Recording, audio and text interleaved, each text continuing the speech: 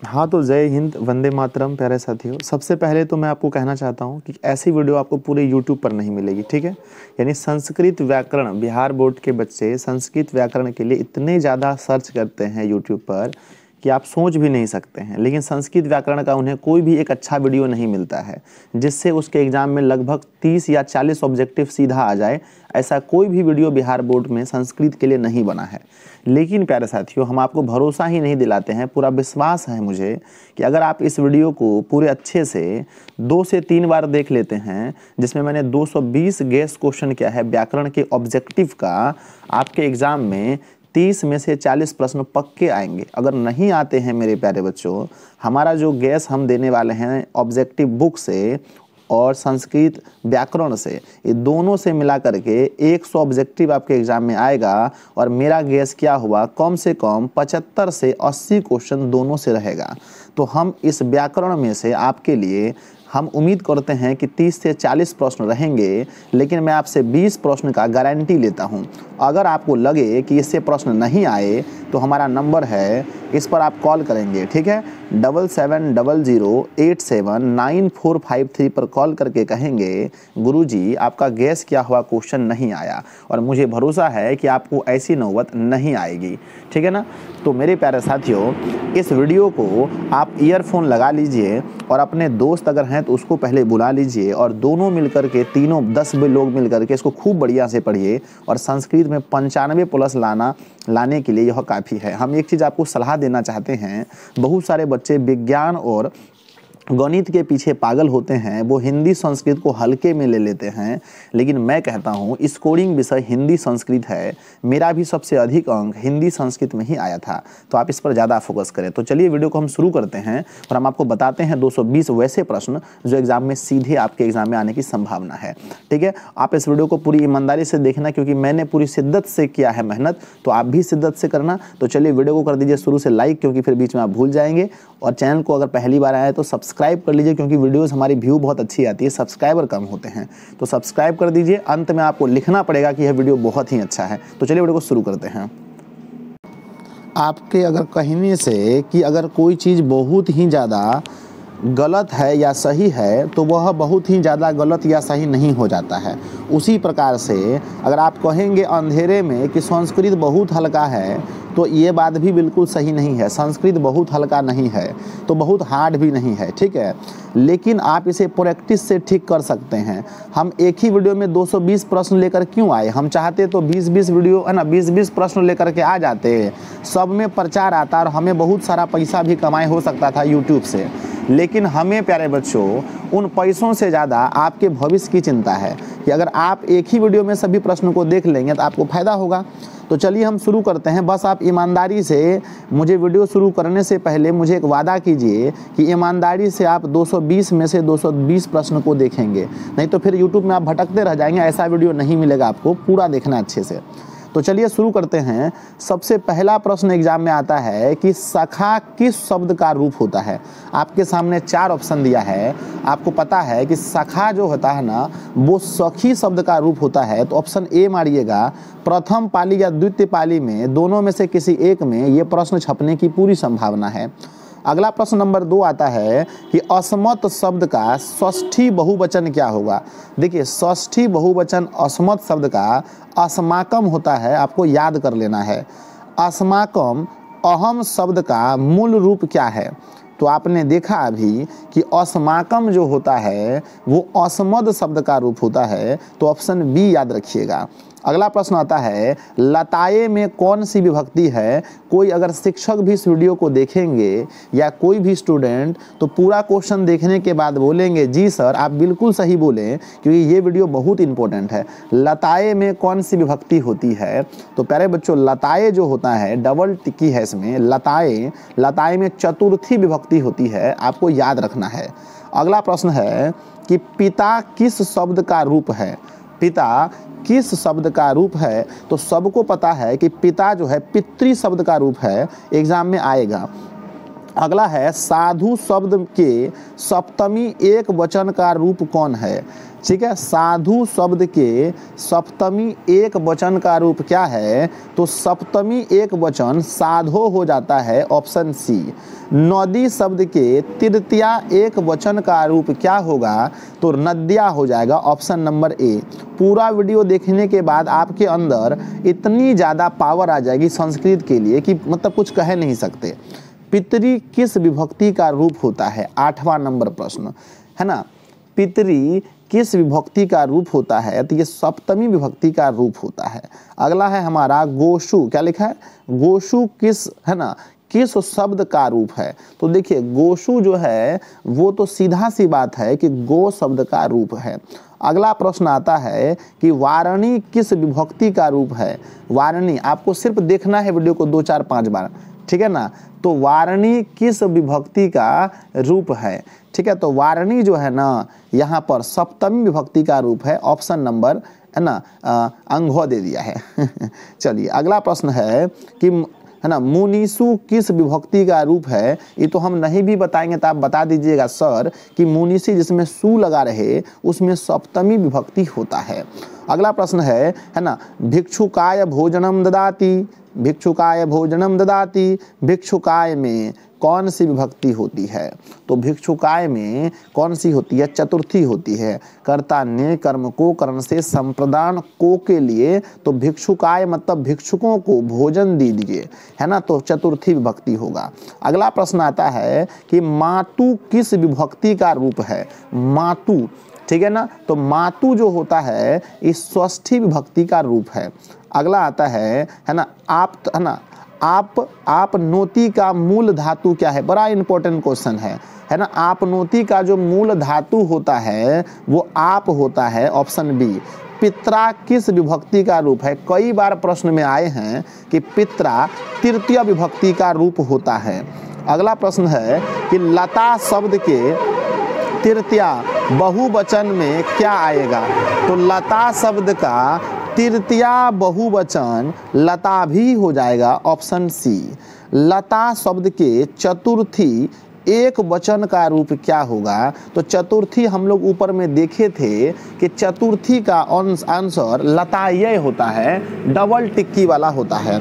अगला है हमारा कि मृग व्याघ्रात बिभेति, मतलब मृग जो है वो बाघ से डरता है। तो आप समझ सकते हैं इसमें कौन सी विभक्ति होगा। तो इसमें पंचमी विभक्ति होगा, ठीक है ना, क्योंकि आपादान है यहाँ पर। अगला है प्रवासेषु किस विभक्ति का रूप है। तो जिसमें सु लगा रहे आँख और कान दोनों मून के, ऑप्शन डी मारिए। अगला प्रश्न है नदी शब्द का सप्तमी बहुवचन क्या होगा। तो बच्चों को पता है कि जब भी सप्तमी वाला बात आ जाए तो समझ लीजिएगा सु लगा रहेगा।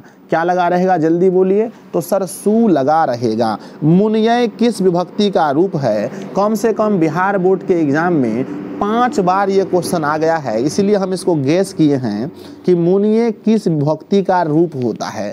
तो मुनिय जो है वो चतुर्थी विभक्ति का रूप होता है। तो ऑप्शन नंबर सी आपका सही होगा। 22 नंबर प्रश्न है मुनिये, ध्यान दीजिए दोनों में अंतर है, मुनिये और मुनिये में अंतर है। का मूल शब्द क्या है। तो मुनिये का जो मूल शब्द है वो मुनि होगा, ऑप्शन नंबर सी। अगला प्रश्न है कि महिमना, है ना, मो हो हर्षिकार आदो मो नौम्याकर, महिमना किस विभक्ति का रूप है। तो महिमना जो है वो तृतीय विभक्ति का रूप है। आपको कोई दिमाग नहीं लगाना है, बस वीडियो को 3 4 5 बार देख लेना है। संस्कृत से बहुत डर लगता है और बिहार बोर्ड के लिए कोई भी यूट्यूब चैनल पर आपको ढंग से एक साथ इतनी वीडियो नहीं मिलती है ना। अगला है हमारा तस्मीन में कौन सी विभक्ति है। तो तस्मीन में सप्तमी विभक्ति होता है। आराम से पढ़िए, कोई हड़बड़ी नहीं है। नेक्स्ट है तस्मात का मूल शब्द क्या है। देखिए तस्मात जो है इसमें मूल शब्द तद होता है। क्या होता है, तद होता है। भन भवती किस सर्वनाम शब्द का रूप है। तो भवती अगर आप देखेंगे तो भवती जो है ना किस सर्वनाम का रूप है, तो भवत का, ऑप्शन नंबर सी। राजन शब्द का षष्ठी बहुवचन का रूप बताइए। एकदम क्वेश्चन को 5 बार पढ़ के रट लेना है, समझे, ज़्यादा दिमाग मत लगाइए, परीक्षा बहुत है ना करीब है, चैप्टर उपचर वाइज मत, जितना क्वेश्चन हम दिए चुपचाप इसको रट लीजिए किसी तरह से। तो राजन शब्द के षष्ठी बहुवचन का रूप बताइए। राजन शब्द का षष्ठी राज्ञाम है ना, राज्ञाम होता है, राज्ञाम, ऑप्शन नंबर है ना ख होगा। अगला प्रश्न है ना, मधुनी शब्द किस विभक्ति का है ना, या फिर मधुनी शब्द में कौन सी विभक्ति है, तो मधुनी शब्द में तृतीया एक वचन विभक्ति होता है। अस्तु किस लकार का रूप है, तो अस्तु की अगर हम बात करें तो अस्तु जो होता है वो लोट लकार में होता है, अस्तु। आगे आता है मोती शब्द के द्वितीय बहुवचन का रूप। एक वीडियो को 4 बार 5 बार देखिए, दूसरा कोई नौटंकी मत कीजिए कि सर ई नहीं समझ में आता है, कुछ समझना नहीं है, सीधा आंसर रट लीजिए। क्वेश्चन हूबहू ऐसे नहीं आएगा, आपको मार देना है, बस बात खत्म। ऐसे देखिए 45 क्वेश्चन बुक से आया, हम आपको अच्छे से करा दिए हैं। व्याकरण पढ़ना है, दूसरा कोई उपाय नहीं है, इस सब क्वेश्चन को 5 बार देखिए, 4 बार देखिए, काम हो जाएगा एकदम, है ना। मोती शब्द के द्वितीय बहुवचन का रूप क्या है, तो मोती शब्द का द्वितीय बहुवचन मोती ही हो जाएगा। अगला है युष्मद शब्द का चतुर्थी एक वचन रूप लिखिए, तो युष्मद शब्द का चतुर्थी एक वचन तुभ्यम हो जाएगा, तुभ्यम। अगला है गुरु नाम में, देखिए जिसमें नाम आ जाए तो उसमें षष्ठी होता है और जिसमें सु आ जाए उसमें सप्तमी होता है, तो गुरु नाम में षष्ठी विभक्ति होगा, ऑप्शन डी। युष्माकम का मूल शब्द क्या है, ध्यान से देखिएगा। युष्माकम का अगर हम मूल शब्द देखें तो राइट आंसर यद हो जाता है, क्योंकि युष्मद है इसमें, तो यद हो जाएगा। दास्यति किस लकार का रूप है, 34 नंबर प्रश्न। आपको बढ़िया से पता है कि आधा स य ती जो होता है वो लिरिट लकार में होता है, ऑप्शन डी, है ना। चलिए अगला प्रश्न है जहाती, बहुत इंपॉर्टेंट है। जहाती किस धातु का रूप है, जो है ह में आकार है तो हर्षिकार है। कोई फालतू वीडियो आपको नहीं देखना, एक के वीडियो आपके लिए काफ़ी है। जहाती जो है वो हा धातु का रूप होता है, ऑप्शन नंबर बी आपका सही है, हा धातु का। अगला प्रश्न है गम धातु के लंग लकार प्रथम पुरुष बहुवचन क्या होगा, तो अगच्छत, अगच्छताम, अगच्छन, ऑप्शन नंबर सी होगा, अगच्छन। अगला प्रश्न आता है श्रु धातु के लिरिट लकार प्रथम पुरुष एक वचन क्या होगा, तो आप लोगों को पता है श्रु धातु में आपका बैठेगा श्रोष्यति, श्रोष्यति, श्रोष्यतः, श्रोष्यन्ति। अगला हमारा आता है पठेयु किस लकार का रूप है, तो देखिए तूताम है ना, तूतामंतु आप लोग पढ़ेंगे तो पठेयु, पठेत, पठेताम, पठेयु, पठेत, पठेताम, पठेयु विधि लिंग में होता है। नमनती का मूल धातु क्या है, तो नमनती में मूल धातु नम होता है। अगला है दा धातु के लोट लकार मध्यम पुरुष एक वचन क्या होगा, दा धातु का लोट लकार मध्यम पुरुष एक वचन देही होगा, ऑप्शन नंबर डी। चुपचाप आप इस वीडियो को आराम से 2-3 बार देख लीजिए, संस्कृत का व्याकरण में कोई डर नहीं होगा। नस्यति किस लकार का रूप है, तो सर आधा सयती आ गया ना, तो समझ लीजिए लिरिट लकार हो जाएगा, option number D, option number D. अगले प्रश्न की ओर बढ़ते हैं। पा धातु के लोट लकार मध्यम पुरुष एक वचन का रूप कौन है, तो पा धातु के लोट लकार मध्यम पुरुष का एक वचन पिब है। देखिए एक बार है ना पहले से देख लेंगे, दूसरा बार फिर इसको हम बनाने का प्रयास करेंगे, ठीक है। फिर इसका PDF भी हम आपको कैसे देंगे वो हम आपको लास्ट में बताएंगे, ठीक है। आप अगर है ना अपने आप को समझ लें नहीं हम पहले जान गए कहाँ देंगे, तो वो प्यारे बच्चों नहीं, फिर से देख लीजिएगा। नेक्स्ट है हमारा द्रक्षति किस लकार का रूप है, तो देखिए द्रक्षति जो है ना, दृश्य आप लोग पढ़े होंगे, दृश्य होता है उसी में द्रक्षति होता है। द्रक्षति जो है वो लिरिट लकार का रूप होता है। गच्छ किस धातु का रूप है, तो देखिए गच्छ जो है ना वो मुख्य रूप से गम धातु होता है गच्छ में, ऑप्शन ए। अगला प्रश्न हमारा आता है अक्षिप्त अक्षिप्त पद में कौन सी धातु है? अक्षिप्त पद में कौन सी धातु है? तो याद रखिएगा इसमें क्षिप्त है ना, क्षिप धातु है। शोभते किस लकार का रूप है? It is very important question, बहुत बार एग्जाम में क्वेश्चन पूछा गया है कि शोभते जो है वो किस लकार का रूप है। तो शोभते जो होता है वो लोट लकार का रूप है, आपको याद कर लेना है। अगला आता है जहाती किस धातु का रूप है? जहाती जो है ना वो किस धातु का रूप है? लो भाई साहब, यहाँ तो वही क्वेश्चन है जो हम पहले पढ़ा दिए थे। जहाती गम धातु लट लगा, नहीं बच्चों ये तो हम पहले पढ़ा दिए थे, माफ़ कीजिएगा, शायद यहाँ तक पढ़ा दिए ना, शोभने तक, माफ़ कीजिएगा शोभने तक तो हो गया ना, ये वाला दोबारा खींचा गया है फोटो रे। अगला हमारा आता है अध्ययन, ओ आधा ध न अध्ययन में कौन सा धातु होता है? सॉरी अहनन है, माफ़ कीजिएगा बच्चों, अहनन। अहनन में कौन सी धातु होती है? तो अहनन में हन धातु होती है। भव किस लकार का रूप है? तो देखिए सिर्फ भव जो आप देखेंगे वो लोट लकार में ही मिलेगा आपको, है ना। बड़ा इंपॉर्टेंट ये क्वेश्चन, बहुत इंपॉर्टेंट है, ऐसे तो सभी इंपॉर्टेंट हम इसमें रखे हैं। अगला है लभ धातु के लट लकार प्रथम पुरुष एक वचन का रूप कौन होगा? लभ धातु का लट लकार, देखिए लभती लभत लभंती, लेकिन यहाँ पर प्रश्नमय पदी दूसरा नियम से बनेगा तो यहाँ पर हो जाएगा लभे लभते लभते। तिष्ठ किस लकार का रूप है? तो तिष्ठ आप देखेंगे तो वो आपका लोट लकार का रूप आ जाएगा।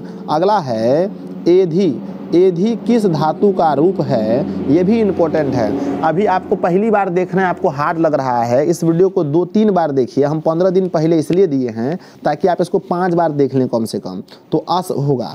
अगला है हमारा, है ना, दधात का मूल धातु क्या है? तो आप देखेंगे दधात का मूल धातु दा है। अगला है क्री धातु का रूप लोट लकार मध्यम पुरुष एक वचन में क्या होगा? तो क्री धातु का रूप लोट लकार मध्यम पुरुष में मेरे प्यारे बच्चे कुरु हो जाएगा, ऑप्शन ए। अगला प्रश्न है कि हनती का लकार पुरुष एवं वचन बताएं। तो हनती है ती तो अनति, ती तो अनति, हनती है तो सीधा बात है कि लट लकार होगा, और दूसरा लकार तो कहीं है ही नहीं लट वाला, तो ऑप्शन ए सही होगा। उसके बाद है जहान, जहान किस जो हो है ये, ठीक है, कैसे लिखे हैं जी? जहान किस लकार का रूप होता है? तो जहान जो है ना वो आपका हो जाता है लोट लकार का है। देखिए आंसर में आपको डाउट नहीं करने हैं क्योंकि बहुत सोच समझ के आंसर दिया गया है। अगला है अहनन में कौन सा लकार है? तो जिसमें अ आ जाए तो आप समझ लीजिएगा कि उसमें लंग लकार होता है, ठीक है। आंसर में आपको टेंशन नहीं लेना है, वीडियो आने में 10 दिन लगा है ऐसे नहीं, 10 दिन इस प्रश्न को सिर्फ खोजने में लगा है कि कौन सा प्रश्न एग्जाम में आएगा। 10 दिन इसको ढूंढ करके तब लाया गया है, ऐसा नहीं है कि हम चुपचाप कहीं से उठा करके वीडियो ला लिए हैं। अगला है हमारा पाश्चती किस लकार का रूप है? तो पाश्चती में अगर आप देखेंगे आधा स्वयती है, इसका मतलब लिरिट लकार होगा। अगला प्रश्न है जही में मूल धातु क्या है? देखिए एग्जाम में प्रश्न आता है जही वाला, एकदम ये प्रश्न आता नहीं है, इस बार पहली या दूसरी पाली में आएगा भी, एकदम गारंटी है। तो जही में हन धातु होता है, ऑप्शन ख। अपश्यम का मूल धातु क्या है? प्रक्षति में मूल धातु क्या है? ले भाई साहब द्रक्षति में, ये तो गलत बात है ना, यहाँ तो 2 क्वेश्चन हो गया है ना, यहाँ तो 2 क्वेश्चन हो गया। तो सबसे पहले हम अपश्यम वाला काट देते हैं। प्रश्न यहाँ पर ये है कि द्रक्षति में मूल धातु क्या है? तो द्रक्षति में मूल धातु दृश्य होता है, तो ऑप्शन नंबर सी सही हो जाएगा। अगला प्रश्न नंबर 60 आता है कि तिष्ठामी, क्या आता है? तिष्ठामी किस लकार का रूप है? तो आप देखेंगे तिष्ठामी के बारे में तो तिष्ठामी में जो है वो लट लकार होता है। अगला प्रश्न है चयनम का संधि विच्छेद क्या होगा? तो देखिए चयनम का कोई भी बता देगा, आप लोग भी इसको बता दीजिएगा कि चयनम शब्द जो होता है चे जोर अनम बराबर चयनम होता है। निश्चयम शब्द का कौन सा संधि होगा? तो निहि जोर चयम बराबर निश्चयम, यानी आप कह सकते हैं कि इसमें विसर्ग संधि हो जाएगा। अगला प्रश्न आता है, प्रश्न है जनतो निहितो में कौन सी संधि हुई है? तो जनतो निहितम में भी जनतुहु जो निहित हो मतलब विसर्ग संधि हो जाएगा।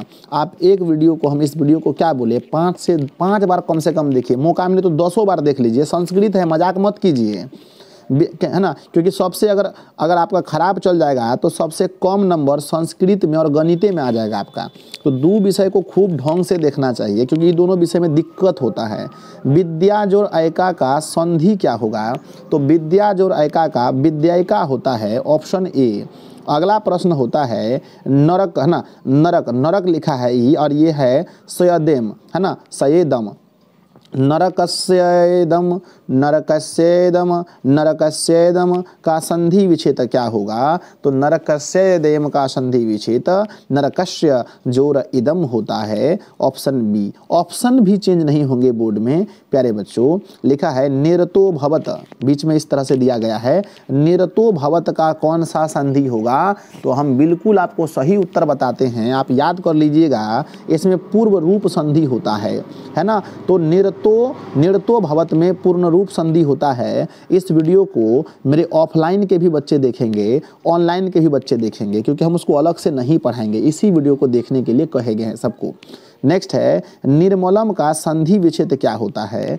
तो निर्मलम का संधि विच्छेद निहि जोर मलम होता है। नेक्स्ट है हमारा संकल्प, है ना, संकल्पाच्य शब्द में किन किन वर्णों की संधि होती है? तो संकल्प जोर, संकल्प जोर, संकल्प जोर, है ना, संकल्प और जोर चाप होगा शायद, है ना, नहीं, संकल्प और जोर, संकल्प और जोर, संकलत जोर चाप होता है, तब होता है संकल्पात, है ना, यानी कि तो जो है वो लॉ बन जाता है। तो ऑप्शन नंबर डी सही होगा। देख लीजिएगा, इसको खूब बढ़िया से याद कर लीजिएगा। अगला है हमारा विरक्तो भूत, है ना, विरक्तो भूत में कौन सी संधि हुई है? तो विरक्तो भूत में अगर आप देखेंगे, आपको याद कर लेना है, पूर्व रूप संधि हुई है। अगला है जगत जोर गौरवम से कौन सी संधि बनेगी? आप अगर अभी कुछ भी नौटंकी करेंगे कि सर हमको समझ में नहीं आ रहा है या फिर और कुछ, तो आपके पास वो समय ही नहीं है कि आप बोलिएगा हमको समझ में नहीं आ रहा है, हमको समझा दीजिए। वैसा कोई भी समय नहीं है आपके पास, सिर्फ आपके पास एक ही समय बचा है, वो आपको किसी भी हाल में इसको याद करना है, ठीक है ना, याद करना है सिर्फ, ठीक है। तो क्या है प्रश्न हमारा कि जगत जोर गौरवम का संधि विच्छेद होगा, तो जगत और जोर गौरवम से जगत गौरवम बनेगा। क्या बनेगा? जगत गौरवम, यानी ऑप्शन नंबर डी सही होगा। अगला प्रश्न है ई जोर अ के मेल से क्या बनता है?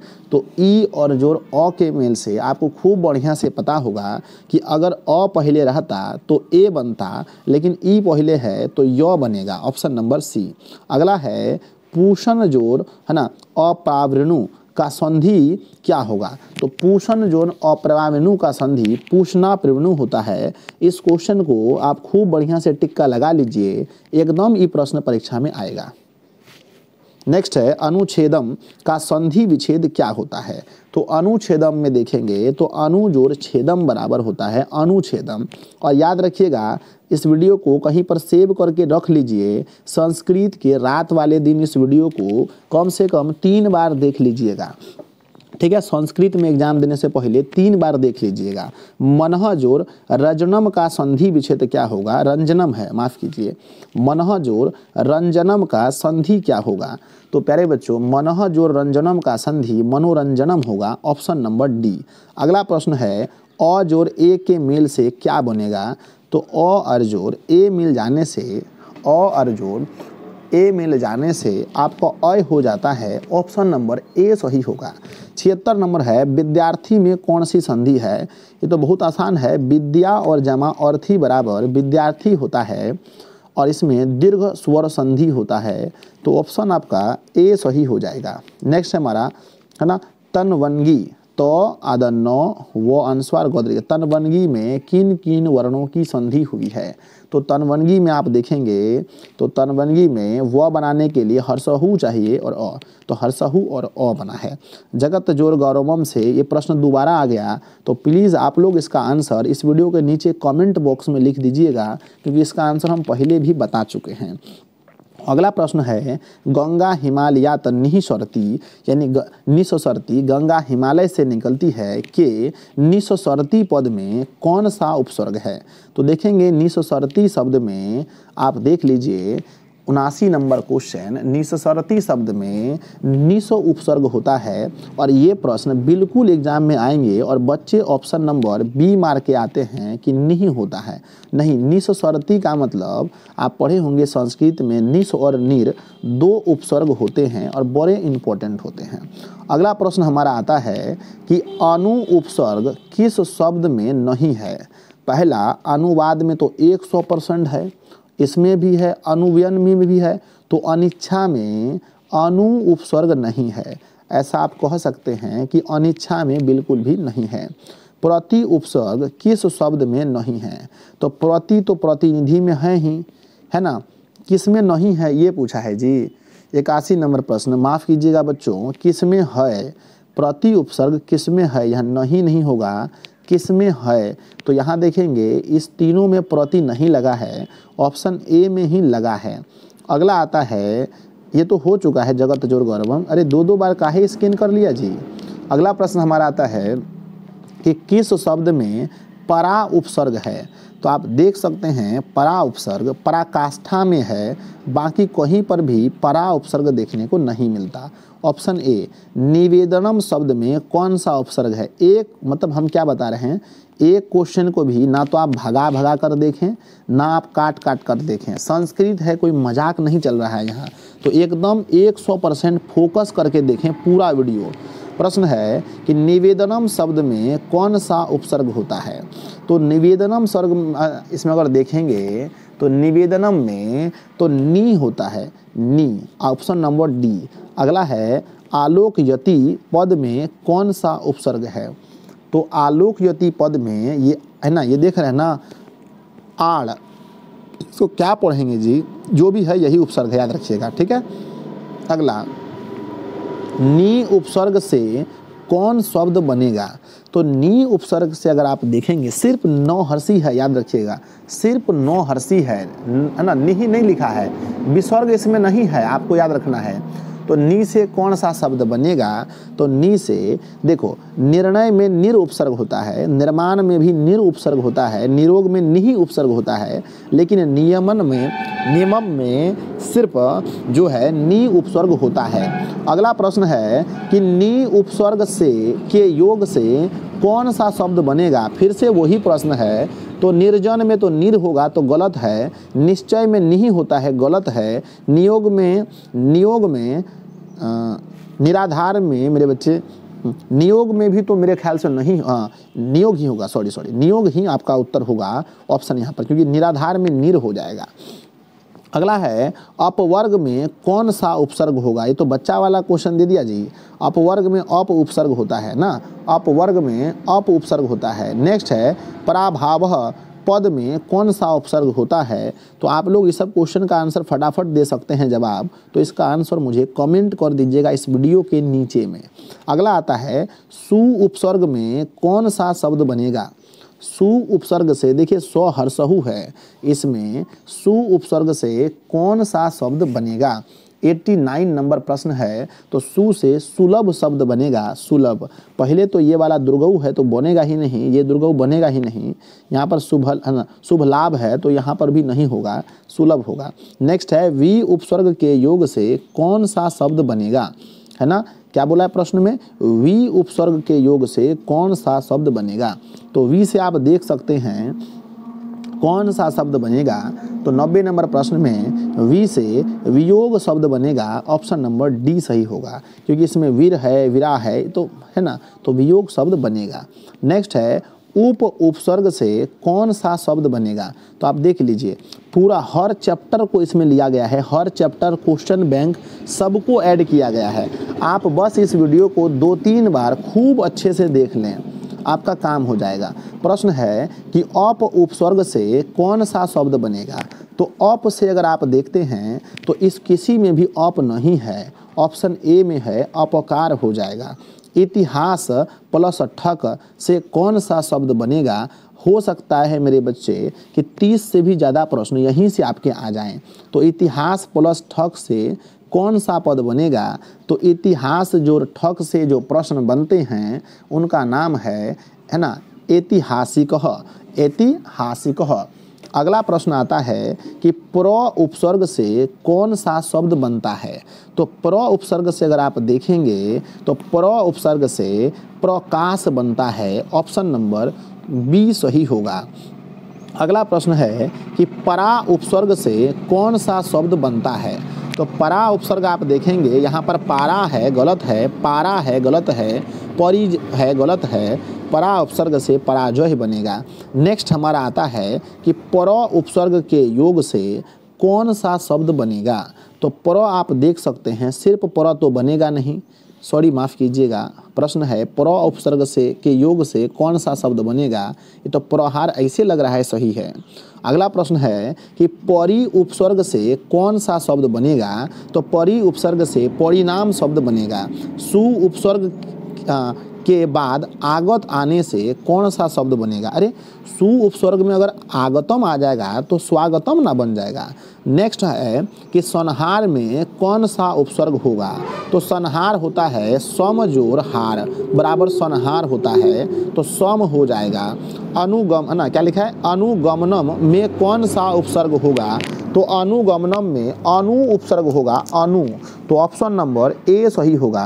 100 नंबर प्रश्न है अभिज्ञानः शब्द में कौन सा उपसर्ग होगा। तो अभिज्ञानः शब्द में अभि उपसर्ग होगा। Option number B. तो 100 क्वेश्चन हम लोग कर लिए और बहुत मज़ा आपको आया होगा। पूरा जब आप 220 प्रश्न कर लेंगे तो आपको इतनी खुशी होगी जिसका आप सोच भी नहीं सकते हैं कि आपने कभी सोचा था कि ऐसी वीडियो भी आपको YouTube पर मिलेगी जिससे एक ही वीडियो में आपका संस्कृत व्याकरण का टेंशन खत्म हो जाएगा।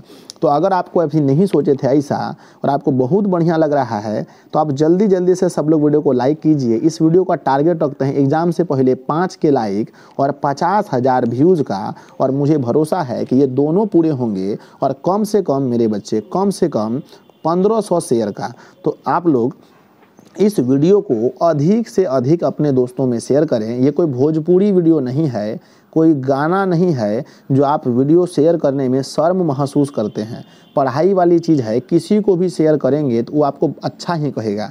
तो आप इस वीडियो को अधिक से अधिक शेयर करें और चैनल का सब्सक्राइब करें। अगर आप चैनल पर पहली बार हैं तो चैनल को सब्सक्राइब कीजिए, इसमें कोई पैसा नहीं लगता है। ऐसा नहीं कि आपका 2-4 बीघा ज़मीन बिक जाएगा सब्सक्राइब करने में, ठीक है। तो ज़रूर सब्सक्राइब करें, ठीक है। अब अगला क्वेश्चन देखते हैं 101 नंबर। अगला हमारा प्रश्न आता है कि अनु उपसर्ग के मेल से एक शब्द क्या बनेगा। तो आप ऑप्शन में देख करके तुरंत से बता देंगे कि अनु उपसर्ग के मेल से एक शब्द क्या बनेगा। तो अनु से अनुभव बन जाएगा। अगला प्रश्न हमारा आता है कि अप उपसर्ग के योग से कौन सा शब्द बनेगा। तो अप से आप देखेंगे तो यहाँ पर आहार तो कभी नहीं बन सकता, आयोग नहीं बन सकता। अब अप उपसर्ग से आप देखेंगे तो अपना भी नहीं बनाना है आपको, क्योंकि अपना में आपको यहाँ उपसर्ग नहीं है। तो अपयश बनेगा या अपकर्ष बनेगा। अगला है किस शब्द में वी उपसर्ग है। तो वी उपसर्ग अगर आप देखेंगे तो विवेक में या विराट में या विहार में, तो वी उपसर्ग जो है वो विहार शब्द में है। समाज और जोड़ ठक से कौन सा शब्द बनेगा। तो समाज और जोड़ ठक से सामाजिक शब्द बनेगा। ऑप्शन नंबर आपका बी सही होगा। अगले प्रश्न की ओर बढ़ते हैं। प्रश्न है कृतम में कौन सा प्रत्यय है। तो कृतम शब्द में अगर आप देखेंगे तो ऑप्शन नंबर बी कृत प्रत्यय है। आप इस वीडियो को पहले पूरे अच्छे से 2 बार देखना है, फिर 2 बार थोड़े से 1.5 गुना करके देखना है और एक बार लगभग 2 गुना करके देखना है। 5 बार इस वीडियो को देखिए, आपका संस्कृत व्याकरण में एक भी प्रश्न नहीं छूटेगा। अगला प्रश्न है कि नर्तकी में कौन सा स्त्री प्रत्यय होता है, जो कि बहुत फेमस क्वेश्चन है। तो नर्तकी में गीप प्रत्यय होगा। Option number A. नेक्स्ट है मूर्खा में कौन सा स्त्री प्रत्यय होता है। तो मूर्खा जो है इसमें कौन सा प्रत्यय लगा है। तो इसमें टाप प्रत्यय लगा है। Option number C. अगला प्रश्न आता है सुंदरतमम। सुंदरतमम में कौन सा तद्धित प्रत्यय है? तो सुंदरतमम में आप देखेंगे ऑप्शन नंबर बी मतप प्रत्यय होता है, ऑप्शन नंबर बी। खूब बढ़िया से आप इस वीडियो को देखें। अगला है मनुष्य जोड़ त्वम से कौन सा शब्द बनेगा? तो मनुष्य और जोड़ तम से मनुष्यत्वम शब्द बनेगा, ऑप्शन नंबर देखिए बी सही है। आप ऑप्शन सी में भी मार सकते हैं, लेकिन यहाँ ध्यान से देखिए म में आकार दिया है तो ये ऑप्शन गलत हो जाएगा। अगला प्रश्न है पृच्छ और जोड़ कत्वा से कौन सा शब्द बनेगा? तो पृच्छ और जोड़ कत्वा से शब्द जो बनेगा वो पृष्ठवा शब्द बनेगा, ऑप्शन नंबर ए। अगला प्रश्न आता है कि पठनम में कौन सा प्रत्यय होता है? तो पठनम में अगर आप देखेंगे कौन सा प्रत्यय होता है तो ऑप्शन नंबर सी ल्यूट प्रत्यय पठनम में होता है। नेक्स्ट बहुत इंपॉर्टेंट है, ये पहली पाली या दूसरी पाली में पक्के आएंगे। किशोरी शब्द में कौन सा स्त्री प्रत्यय होता है? तो किशोरी में आपको गीप प्रत्यय होता है, याद कर लेना है। ठीक है, अगले प्रश्न की ओर बढ़ते हैं। अगला प्रश्न हमारा आता है कि पटु जोड़ तल से कौन सा शब्द बनेगा? है ना, तो पटु और जोड़ तल से पटुता शब्द बनता है, जो कि ऑप्शन नंबर ए में दिया गया है। अगला प्रश्न है लघुतरम में कौन सा तद्धित प्रत्यय है? तो लघुतरम में तद्धित प्रत्यय अगर आप देखेंगे तो ऑप्शन नंबर बी तरप होता है। किसी भी प्रकार से आपको ये 220 प्रश्न याद कर लेने हैं, इसी में से आपके एग्जाम में सारे प्रश्न आ जाएंगे। अगला आता है हमारा 115 नंबर प्रश्न, आगत्य शब्द में कौन सा प्रत्यय बनेगा? तो आगत्य शब्द में देखेंगे तो है ना तयप प्रत्यय बनता है। तो हम देख रहे थे अभी कि आगत्य शब्द में प्रत्यय है ना त्यप प्रत्यय, आदत यप त्यप प्रत्यय होता है। अगला प्रश्न है भू जोड़ सत्री से कौन सा शब्द बनेगा? प्रश्न संख्या 116, भू जोड़ सत्री से कौन सा शब्द बनेगा? तो भू और जोड़ सत्री से भवन शब्द बनेगा, ऑप्शन सी। अगला है राजन जोड़ गीप से कौन सा शब्द बनेगा? ये भी प्रश्न मुझे ऐसा लग रहा है कि एग्जाम में पक्के आएंगे। तो राजन और गीप से जो शब्द बनता है वो रागी ही बनता है। अगला है प्रनमय। प्रनमय से कौन सा प्रत्यय है? माफ कीजिएगा, प्रश्न में बोला गया है प्रनम्य में कौन सा प्रत्यय है? तो प्रनम्य में अगर आप देखेंगे तो ल्यप प्रत्यय है। अगर आप हमसे पूछेंगे कि सर कैसे है, क्यों है, तो प्यारे बच्चे ये पूछने का सवाल का आपके पास समय नहीं है। आप सिर्फ इन 220 प्रश्नों का सही उत्तर याद कर लें और जा कर के एग्जाम में लिख लें। आगे आपको संस्कृत का कोई ज़रूरी भी नहीं है इंटर में। ठीक है, तो प्लीज़ आप ऐसा मत सोचें कि हम आपको नहीं कुछ बता रहे हैं, इससे आपको हानि अगर आप ज़्यादा वाद विवाद करते हैं तो। अगला प्रश्न है हमारा कि मानव में कौन सा तद्धित प्रत्यय है? तो देखिए मानवः जो होता है हम पढ़ाए भी हैं, उसका लिंक है प्रत्यय का नीचे दे देंगे, आप लोग जाकर के उस वीडियो को देख लीजिएगा। हम उसमें प्रत्यय खूब बढ़िया से पढ़ाए हैं कि मानव जो शब्द होता है मानवः में अन प्रत्यय होता है, ऑप्शन नंबर बी। अगला है गुरु और जोड़ स्थन से कौन सा शब्द बनेगा? गुरु और जोड़ स्थन से कौन सा शब्द बनेगा? तो गुरु जोड़ स्थन से है ना गरिष्ठ शब्द बनेगा, ऑप्शन नंबर बी सही होगा। अगला प्रश्न है कि साधक और जोड़ टाप से कौन सा शब्द बनेगा? 121 नंबर क्वेश्चन कि साधक और जोड़ टाप से कौन सा शब्द बनेगा? तो मेरे प्यारे शेर शेरनियों, साधक और जोड़ टाप से साधिका शब्द बनता है, ऑप्शन नंबर बी सही होगा। इंद्राणी शब्द में कौन सा स्त्री प्रत्यय होता है? तो इंद्राणी शब्द में याद रखिएगा गीप नहीं होता, इंद्राणी में गीस होता है। यहाँ पर आपको थोड़ा सा कंट्रोवर्सी याद रखना है कि यहाँ पर गीप न होकर के गीस होता है इंद्राणी शब्द में। कहीं कॉपी पर लिख के रख लीजिए कि इंद्राणी शब्द में गीप नहीं गीस प्रत्यय होता है। अगला प्रश्न हमारा आता है गम नियम। क्या लिखा है? गम नियम में कौन सा कृत प्रत्यय होता है। तो गमनियम में अगर आप अच्छे से देखेंगे तो गमनियम में मेरे बच्चे ऑप्शन नंबर बी यानी अनियर प्रत्यय होता है। आप इसको याद कर लेंगे कि है ना, गमनियम में अनियर प्रत्यय होता है। अगला है कि सर्वत्र में कौन सा तद्धित प्रत्यय होता है। तो सर्वत्र में आपको अच्छे से पता है कि जिसमें त्र आ जाए इसका मतलब वो तरल प्रत्यय होगा, ऑप्शन नंबर बी। अगला है कि मयूरः में कौन सा स्त्री रूप होगा, यानी कि मयूर का अगर हम लोग स्त्री रूप बनाए तो क्या बन सकता है। तो मेरे प्यारे बच्चों मयूर का स्त्री रूप बनेगा मयूरी, ऑप्शन नंबर सी सही होगा।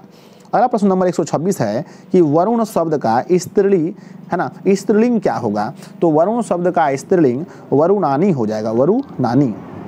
और देखिए प्यारे साथियों, आपका जो विश्वास है हमारे प्रति यानी दिशा ऑनलाइन क्लासेस के प्रति ये बहुत ही बेहतरीन है। आप लोग हमारी प्रीमियर वीडियोस पर भी 700 से 800 लोग लाइव आकर के देखते हैं, इससे मुझे बहुत खुशी होती है। इसी तरह से आप लोग अपना प्यार दिशा ऑनलाइन क्लासेस को देते रहें और अपना प्यार देते रहेंगे प्यारे बच्चों, तभी हम मेहनत करेंगे आपके लिए, रात रात में दिन दिन में जग जग कर आपके लिए हम वीडियो बनाते हैं ताकि आप इसे प्यार दें प्यारे बच्चों। तो आप और प्यार दीजिए, हम और मेहनत करेंगे। अगला आता है कि सीमन जोर डाप के है ना से कौन सा शब्द बनता है। तो सीमन और जो डाप से बनेगा सीमा शब्द, तो ऑप्शन नंबर आपका हो जाएगा ऑप्शन नंबर सी सही होगा। अगले प्रश्न की ओर बढ़ते हैं। अगला प्रश्न है कुर्वंती का मूल धातु क्या है। तो प्यारे बच्चों कुर्वंती मतलब क्रिया का ही ये तो रूप है और क्रिया का रूप संस्कृत में क्री होता है, ऑप्शन ए। अगला प्रश्न है कि गति में कौन सा प्रत्यय है। गति शब्द में प्रत्यय कतीन प्रत्यय होता है, ऑप्शन नंबर डी। अगला प्रश्न है कि गायक और जोर टाप से कौन सा शब्द बनेगा। गायक और टाप से शब्द बनेगा गायिका, ऑप्शन नंबर बी सही होगा। अगला प्रश्न हमारा आता है 131 नंबर प्रश्न कि गम जोर कतीन से कौन सा शब्द बनेगा। तो गम और जोर कतीन से कौन सा शब्द बनेगा, तो ऑप्शन नंबर ए गति ही शब्द हो जाएगा। अगले प्रश्न की ओर बढ़ते हैं। अगला प्रश्न है कि वैष्णव में कौन सा तद्धित प्रत्यय होता है। वैष्णव में कौन सा तद्धित प्रत्यय होता है, तो जिसमें आ जाए प्यारे बच्चों नागरिकः वैष्णविकः, इसमें होता है ठक प्रत्यय, ऑप्शन नंबर सी। अगले प्रश्न की ओर बढ़ते हैं 133 नंबर प्रश्न। आप जैसे ही 220 प्रश्न पूरे होंगे आपके अंदर जो खुशी होगी वो देखने वाली खुशी होगी कि हमारे लिए एक बहुत बड़ा काम हो गया है यूट्यूब पर, है ना। अगला क्या है कि पठ और जोर कत्वा से कौन सा शब्द बनेगा। इसमें प्यारे बच्चों हम 98% आंसर नहीं 99% आंसर का हम गारंटी लेते हैं कि सब सही है। हो सकता है एक आध दो प्रश्न कहीं मिस्टेक हो जाए मुझसे, तो प्यारे बच्चों हो सकता है, लेकिन 99% आप इसे लगभग 100% सही मानकर ही पढ़ें। समझ गए। पठ और जोर कतवा से क्या बनेगा, तो सबको पता है पठितवा शब्द बनता है। अगला है कि विष्णु और जोड़ अन से कौन सा शब्द बनेगा। तो विष्णु शब्द में अगर अन प्रत्यय जोड़ दे तो वैष्णव बनता है, ऑप्शन नंबर सी सही होगा। अगला प्रश्न हमारा है 135 नंबर, लघु और जोड़ तम से कौन सा तद्धित प्रत्यय बनेगा। तो लघु और जोड़ तम से अगर हम तद्धित प्रत्यय की बात करें तो हमारा बनेगा ऑप्शन नंबर सी, है ना, क्या होगा तमप हो जाएगा, ऑप्शन नंबर सी। अगला है हमारा यत प्रत्यय से कौन सा शब्द बनता है यानी बनेगा। 136 नंबर प्रश्न है ना, यत प्रत्यय से कौन सा शब्द बनेगा। जो यत इसमें देखेंगे श्रव्या श्रव्यम श्रव्याम नहीं, श्रव्य बनेगा, श्रव्य, ऑप्शन नंबर ए। सुंदर तमम में कौन सा प्रत्यय है। हाँ ये क्वेश्चन बड़ा इंपॉर्टेंट है। प्रश्न है सुंदर तमह, तमह है में कौन सा प्रत्यय होगा। तो सुंदर तमह में देखेंगे तमप प्रत्यय है, ऑप्शन सी। अगला है हमारा क्री जोर तुमुन, क्री और जोर तुमुन के योग से कौन सा शब्द बनेगा। तो क्री और जोर तुमुन के योग से कर्तृम बनता है, ऑप्शन नंबर बी। अगला है गमनम, गमनम से कौन सा है ना, गमनम में कौन सा स्त्री प्रत्यय होगा। तो गमनम शब्द में कौन सा स्त्री प्रत्यय होगा, तो ऑप्शन नंबर सी ल्यूट हो जाएगा। अगला है इंद्र शब्द का स्त्री रूप क्या होता है। तो इंद्र शब्द का स्त्री रूप अगर आप जानते होंगे, लगभग 90% बच्चे को पता है कि इंद्र का स्त्री रूप इंद्राणी होता है। अगला है लेखिका में कौन सा स्त्री प्रत्यय है। ये भी बहुत लोगों को पता है कि लेखिका शब्द में स्त्री प्रत्यय की अगर हम बात करते हैं तो ऑप्शन नंबर आपका हो जाता है लेखिका में टाप प्रत्यय। क्या होता है, टाप, है ना, लेखिका में टाप प्रत्यय।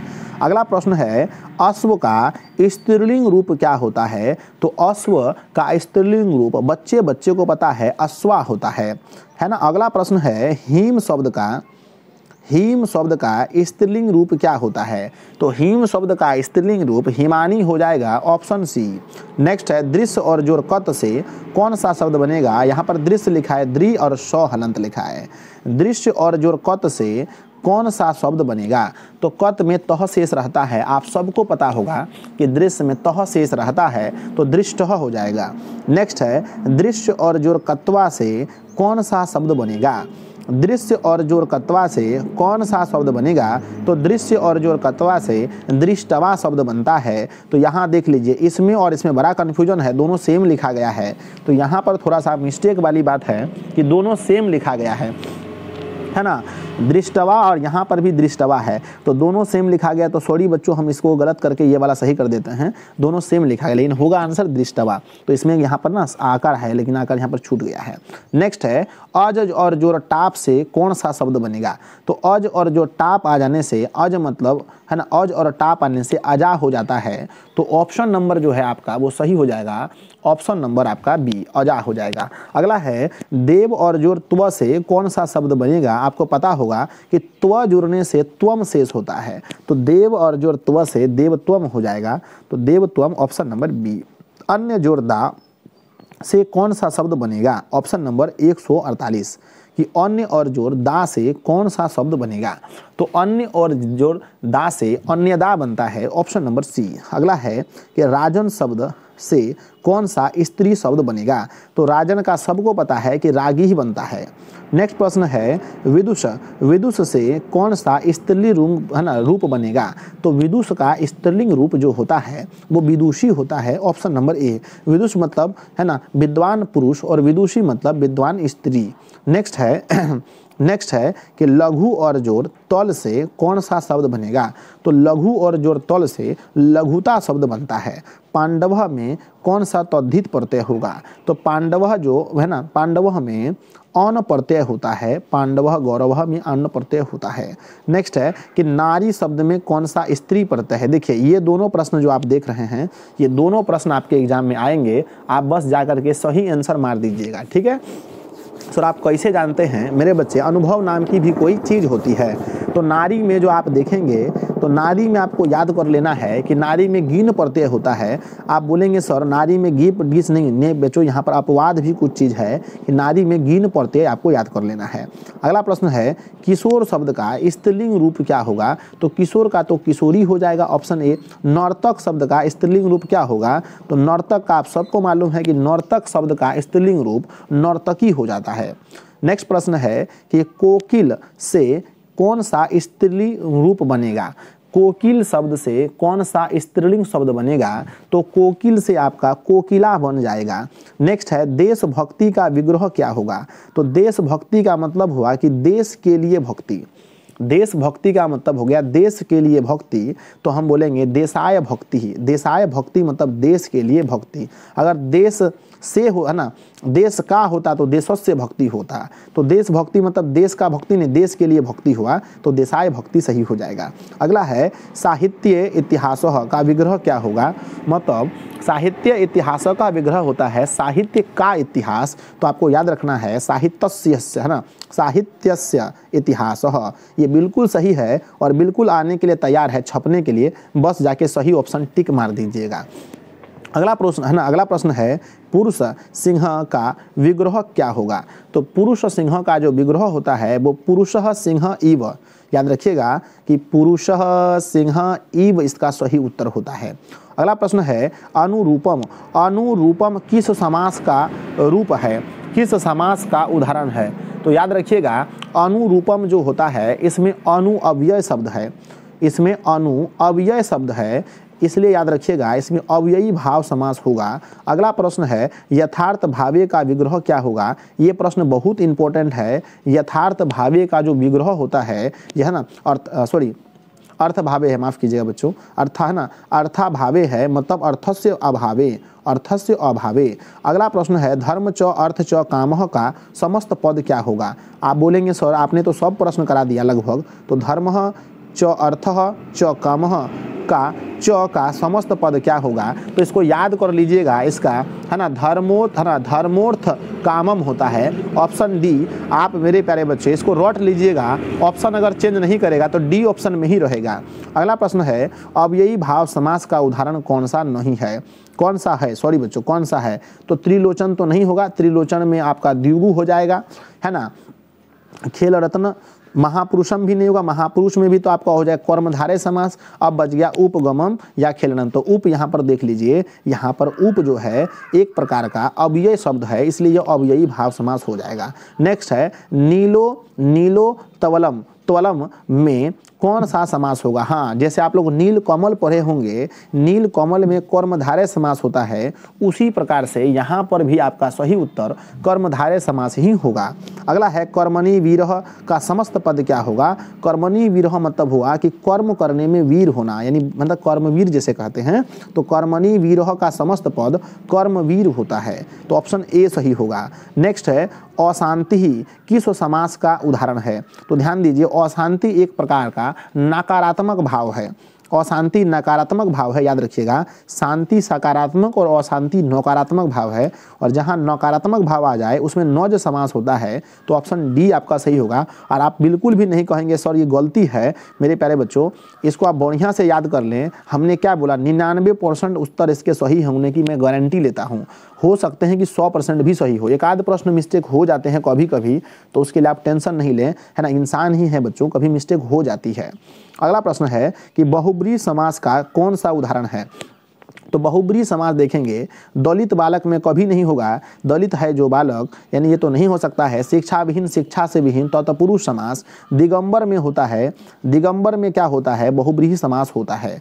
अगला प्रश्न हमारा आता है 168 नंबर प्रश्न। 168 नंबर प्रश्न कहता है कि उपकृष्णम किस समास का उदाहरण होता है? तो उपकृष्णम जो है वो अव्ययी भाव समास का उदाहरण है। पूछेंगे क्यों सर? क्योंकि इसका उप जो शब्द है वो एक प्रकार का उप शब्द जो है वो एक प्रकार का क्या होता है? एक प्रकार का अव्यय होता है। देखिए, अगर आपने अभी तक वीडियो को लाइक नहीं किया है, आप वीडियो देख ही रहे हैं और आपने चैनल को सब्सक्राइब नहीं किया है, तो प्लीज़ आप लोग ये दोनों काम कर लीजिए, लाइक और सब्सक्राइब, ताकि हमें मोटिवेशन मिलता है, बहुत ज़्यादा मोटिवेशन मिलता है वीडियो बनाने में। और आप लोग अगर प्यार करते रहेंगे तो हम लोगों के ऐसा इंसान वीडियो बनाता रहेगा। प्यार कम हो जाने से वीडियो बनाना कम कर देते हैं। तो मैं चाहता हूँ कम से कम जब तक पेपर है आप लोग अपना खूब प्यार दीजिए, कोई पैसा आपको लगता नहीं है, और हमें प्यारे बच्चों बहुत मेहनत लगता है वीडियो बनाने में। थोड़ा सा आप समझे, 220 क्वेश्चन एक वीडियो में, आप समझ सकते हैं कितना कठिन होता है। चलिए ठीक है। अगला 169 नंबर क्वेश्चन आता है कि देह रक्षा का में कौन सा समास है? तो देह रक्षा का मतलब हो गया कि देह की रक्षा, देह रक्षा मतलब देह की रक्षा, और जिसमें का के की मतलब कारक का चिन्ह आ जाए तो समझ लीजिए कि वो तत्पुरुष समास होगा। अगला प्रश्न है कि तिरुभुवनम, त्रिभुवनम का कौन सा समास होगा? में किस समास का उदाहरण है? सॉरी, तो हमने आपको पढ़ाया था हिंदी में भी कि जिसमें त्रि मतलब 3 आ जाए तो समझ मतलब संख्या आ जाए तो समझिए उसमें द्विगु समास होता है। अगला प्रश्न है रमा चौ सीता चौ का समस्त पद क्या होगा? रमा चौ सीता चौ का समस्त पद क्या होगा? तो रामा सीता होता है, रामा सीतो, याद कर लीजिएगा, ऑप्शन नंबर बी, रामा सीतो होता है, ऑप्शन नंबर बी। अगला है हमारा अकिंक्षण का विग्रह क्या होगा? विग्रह करें, है ना, विग्रह करें, क्या लिखा है? अकिंक्षण मतलब क्या? देखो, इक्षण मतलब किसी है ना, इच्छा रखना, यहाँ पर क्या है? अइक्षण मतलब कि नकारात्मक भाव है यहाँ पर। तो इसका जो हमारा हो जाएगा विग्रह जो हो जाएगा इसका, वो हो जाएगा नौ किक्षण मतलब अकिक्षण। नौ, देखिए कोई भी चीज़ को नौ कहना है, नहीं कहना है, उसमें अ लगा दीजिए, है ना, तो आ जाएगा मरण, उसमें अ लगा दीजिए तो अमरण हो जाएगा, समझ गए ना। तो यहाँ पर हो जाएगा नौ किक्षण। अगला प्रश्न आता है कि बहुब्रीहि समास का उदाहरण कौन सा है? तो लंबोदर में देखेंगे आप लोग बहुब्रीहि समास होता है। अगला है रूपस्य योगनम का समस्त रूप क्या होगा? रूपस्य, क्या लिखा है? रूपस्य योगनम का समस्त पद कौन सा होगा?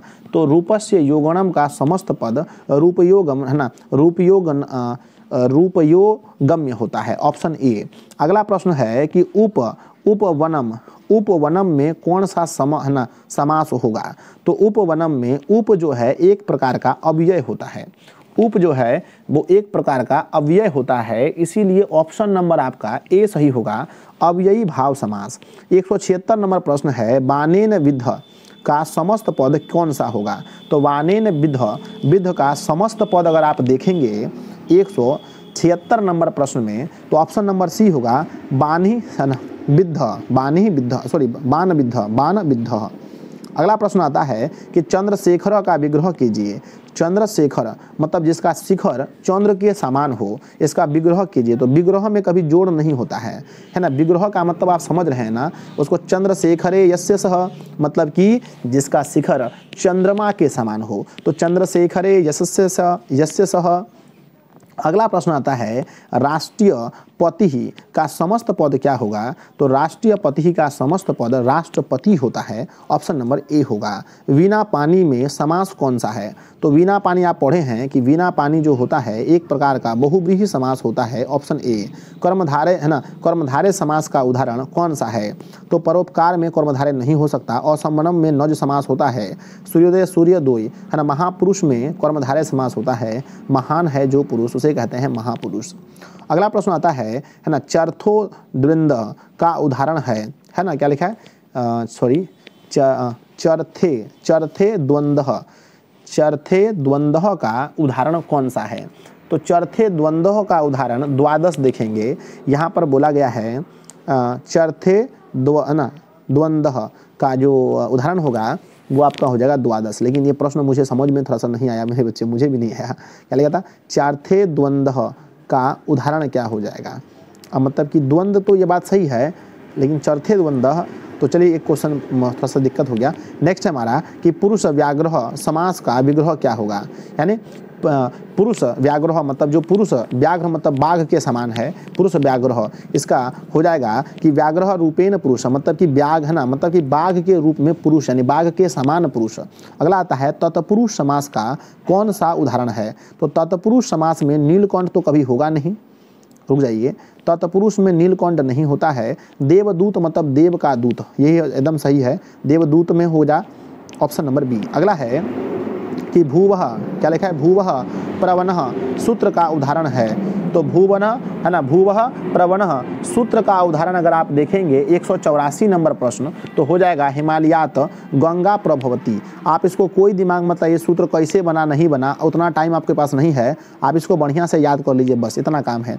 सीता रामेण स वनम गतवती है ना, तो मेरे भाई सीता रामेण, अच्छा सॉरी माफ़ कीजिएगा, ये तो अगला क्वेश्चन है, तो वही हो गया ना। अगला है हमारा शाक प्रिय पार्थिव में समास है। शाक प्रिय पार्थिव में कौन सा समास है? आपको ये बताना है। समास है पात्र में समास है, या मध्यम पद लोप है, या पंच पात्र में समास है, या पंच पात्रम में समास है। में समास है यानी इन दोनों शब्द में समास कहाँ पर है?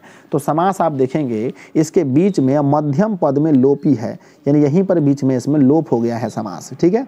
अगला है उक्ते कर्मणि प्रथमा सुक्ता। हाँ, ये प्रश्न याद कर लीजिएगा, एकदम आता है ना। उक्ते कर्मणि है ना, उक्ते कर्माणि प्रथमा सूत्र, यहाँ पर कर्म का पहला सूत्र कौन सा है? इसमें किस में पहला सूत्र है इसको थोड़ा सा देख लीजिएगा। तो श्यामः रामेण हन्यते, इसमें प्रथम सूत्र है कि श्याम ने राम को मारा, ठीक है ना। तो यहाँ पर जो है ना ऑप्शन नंबर सी सही है, इसको थोड़ा सा बढ़िया से देख लीजिएगा। नेक्स्ट है मोहनम व्याकरणम है ना, व्याकरणम अधीतवान मतलब मोहन प्यारे बच्चों व्याकरण का अध्ययन कर रहा है। कब से? तो महीनों से। तो महीनों से के लिए यहाँ पर क्या बैठेगा? मासेन। मोहनम मासेन व्याकरणम अधीतवान, यानी यहाँ पर मासेन होगा, आप इसको याद कर लीजिए।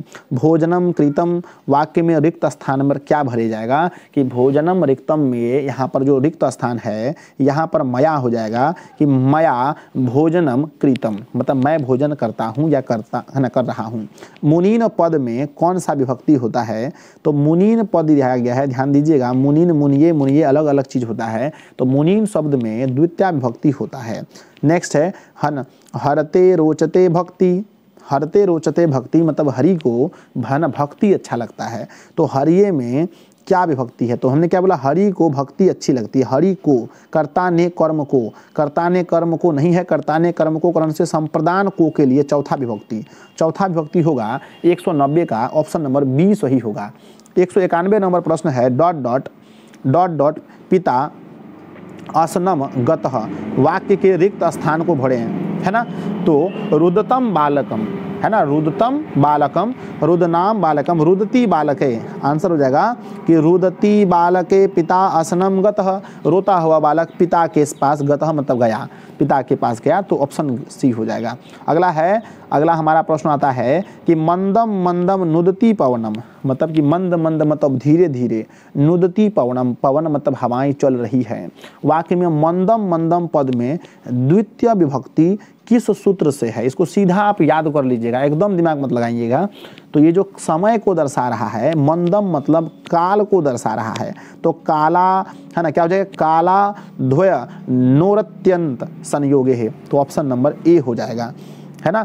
लेकिन रुक जाइए, यहाँ पर गलत है ये, लेकिन गलत है मेरे भाई, मुझे लग रहा है कि इसका क्रिया विशेषणम होना चाहिए, है ना, क्रिया विशेषणम होना चाहिए, क्योंकि यहाँ पर देखिए क्रिया हो रहा है बहने का, और वो भी मंद मंद हो रहा है, तो यहाँ पर क्रिया विशेषण होना चाहिए, ऑप्शन नंबर सी, ठीक है ना, ऑप्शन सी होना चाहिए।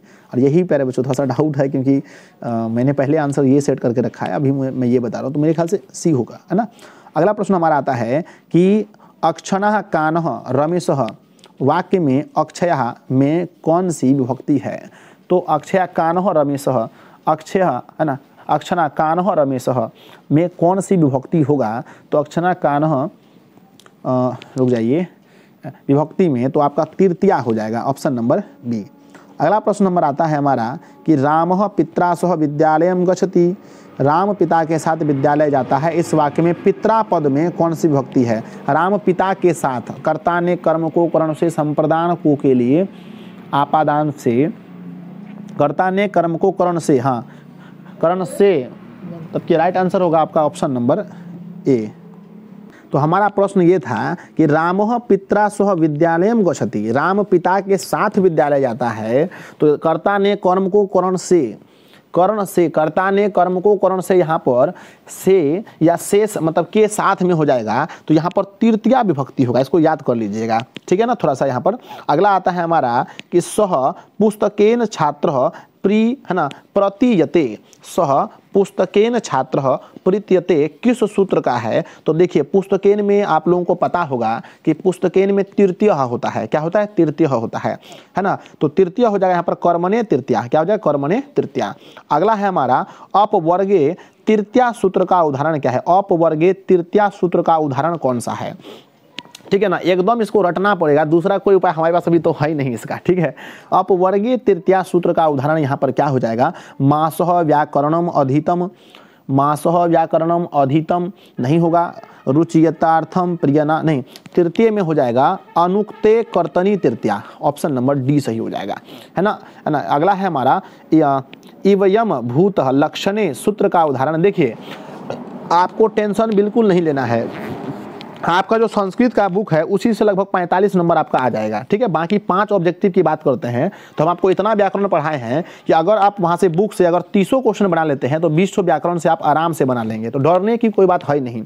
ऐसा नहीं है कि आप मतलब है ना 50 क्वेश्चन छोड़ना भी है ना जी, 100 में 100 आपको थोड़ी बनाना है, 50 क्वेश्चन छोड़ना भी है, तो वही याद रखिएगा, है ना। क्या लिखा है? इवत्यम भूतः लक्षणे सूत्र का उदाहरण क्या हो जाएगा? तो सूत्र का जो आपका राइट आंसर उदाहरण हो जाएगा आपका, वो आप देख सकते हैं ऑप्शन नंबर आपका ख हो जाएगा, यानी कि अयम जटाभि, है ना, अयम जटाभि। नेक्स्ट है हमारा अपवर्गे तृतीया सूत्र का उदाहरण कौन सा है? देखिए ये क्वेश्चन खूब फंसता है एग्जाम में, देखे हैं, इसका हो जाएगा तेन मासेन व्याकरणम पठितम, तेन मासेन व्याकरणम पठितम। नेक्स्ट है मया ग्रंथः पठित, वाक्य में मया शब्द में, मया पद में तृतीया विभक्ति किस सूत्र से होगा? तो मया ग्रंथः पठित, इसको इतना बार देखिए कि याद हो जाए इसको, है ना, क्योंकि इसमें ऑप्शन भी चेंज नहीं होगा, जो ऑप्शन है वही दिया रहेगा, है ना। अनुरक्ते कर्तनी तृतीया। अगला है अंग विकार के अर्थ में, अंग विकार के अर्थ में कौन सी विभक्ति होती है? तो जब भी अंग विकार की बात होती है तो उसमें तृतीया विभक्ति होती है। पादेन खन, है ना, पादेन खंज गोपालः, पादेन में कौन सी विभक्ति होती है? आयकार न जब भी दिया रहे समझ लीजिए तृतीय विभक्ति है। अगला प्रश्न आता है पिता, है ना, पिता पुत्रेण स ग्रामम गच्छति, वाक्य में पुत्रेण पद में किस सूत्र का तृतीया विभक्ति रूप है?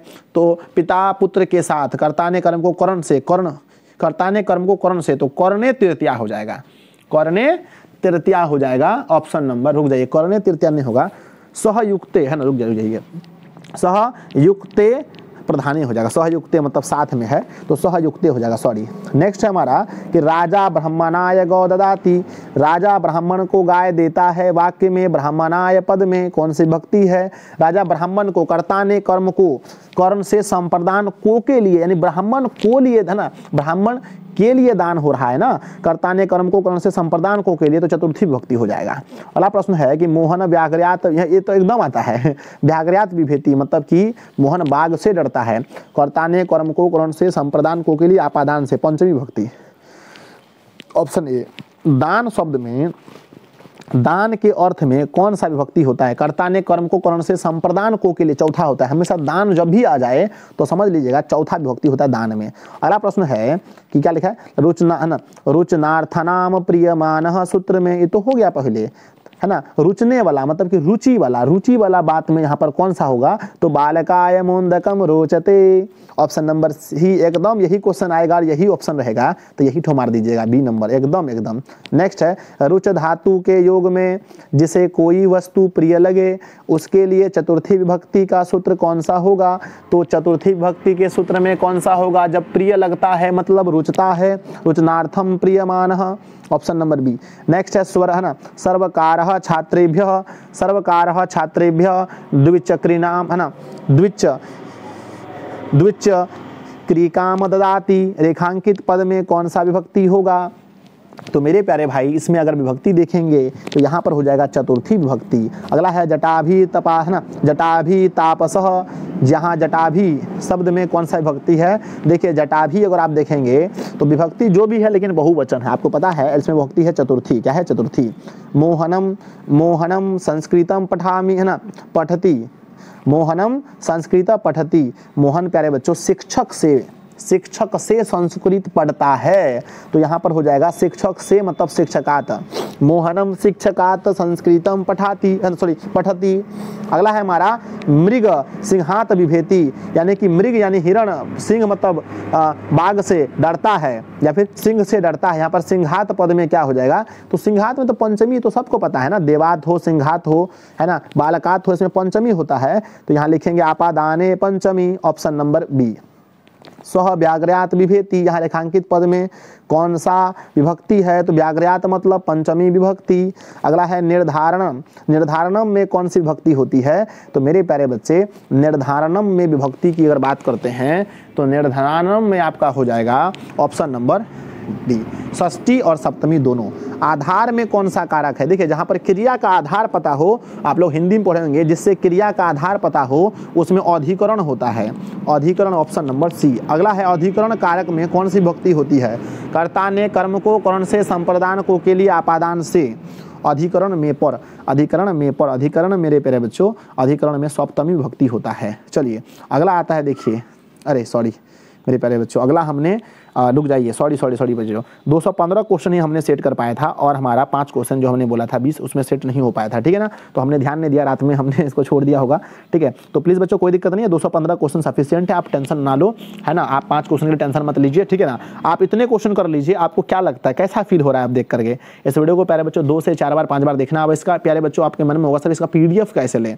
तो देखिए हम बहुत कुछ फ्री कर, सब कुछ तो फ्री नहीं कर सकते मेरे बच्चे, लेकिन फिर भी हम आपको ये अंतिम समय में फ्री कर देंगे। लेकिन अभी अगर आप इसका PDF लेना चाहते हैं तो पूरे बुक का प्यारे बच्चों और पूरे ग्रामर साथ में आपको मिल जाएगा।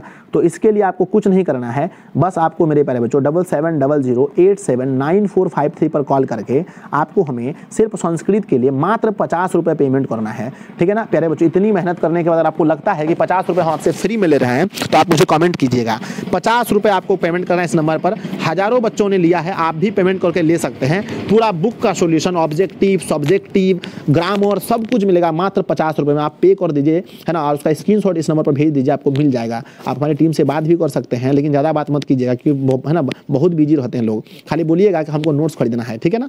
और अगर आपको ऑल सब्जेक्ट का नोट्स लेना है तो मात्र अभी देखिए 50 रुपये पर विषय, 5 विषय का 250 होता है, लेकिन हम आपको मात्र 150 रुपये में अभी दे रहे हैं ऑल सब्जेक्ट का नोट्स 7700879453। और लगभग मेरे प्यारे बच्चों 80% तक प्रश्न वहीं से आएंगे जो आप पूरा हमारा नोट्स लेंगे वहीं से। ऑब्जेक्टिव तो 100% मान लीजिए, सब्जेक्टिव में कम से कम हो सकते हैं, लेकिन ऑब्जेक्टिव 100%। तो प्यारे बच्चों आप लोग जरूर से इस पर कॉल करके सब लोग इस नोट्स को खरीद लें। नंबर है 7700879453। अगर हम जब भी आपको फ्री देंगे तो हम आपको टेलीग्राम पर कभी ना कभी इसको देंगे, तो टेलीग्राम के लिए हम आपको बताते हैं कैसे जुड़े। तो एक ऐप आती है, इसका नाम है टेलीग्राम। ये है ना व्हाट्सअप की तरह होता है, आपको सर्च करना है टेलीग्राम। और जैसे ही आप इसको टेलीग्राम सर्च करेंगे, टेलीग्राम पर सॉरी बच्चों, टेलीग्राम पर दिशा ऑनलाइन क्लासेस सर्च करना है, DISHA दिशा ऑनलाइन क्लासेस। और जैसे आप सर्च करेंगे ये आपके सामने दिशा ऑनलाइन क्लासेस आ जाएगा।